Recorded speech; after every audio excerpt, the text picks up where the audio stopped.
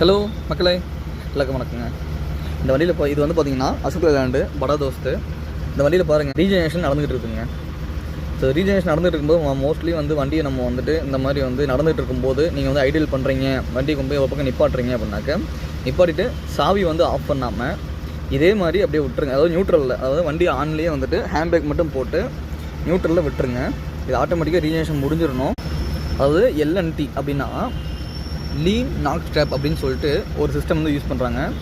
இதில் வந்து 2 டைப் இருக்குது, எல்என்டி ஒன்று, எஸ்சிஆர் ஒன்று. ப்ளூ இல்லாத வண்டிகள் பார்த்தீங்கன்னாக்கா அந்த எல்என்டி அப்படிங்கிற ஒரு மெத்தட் வந்து யூஸ் பண்ணுறாங்க. ஸோ சரி, எஸ்சிஆர் இல்லாத மாதிரி தான் இந்த எல்என்டி யூஸ் பண்ணியிருப்பாங்க. அப்போ வந்து பார்த்தீங்கன்னாக்கா இந்த ரீஜெனரேஷன் ப்ராசஸ் ரொம்ப முக்கியம். அந்த எஸ்சிஆர் பாட்டில் பார்த்தீங்கன்னாக்கா நமக்கு பட்டன்லாம் கொடுத்துருப்பாங்க வண்டியில். இந்த எல்என்டி மாடலில் கொடுத்துருக்க மாட்டாங்க. எப்போ ரீஜெனரேஷன் ஆகணுமோ அப்போ ஆகி முடிஞ்சிடணும், மறந்துடாதீங்க.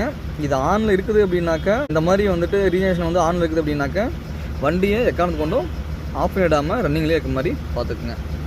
சரிங்க, நம்ம இதே மாதிரி அடுத்த வீடியோவில் பார்க்கலாம். உங்கள் வீடியோ பிடிச்ச பண்ணால் கண்டிப்பாக லைக் பண்ணுங்கள், என் சேனல் சப்ஸ்கிரைப் பண்ணுங்கள்.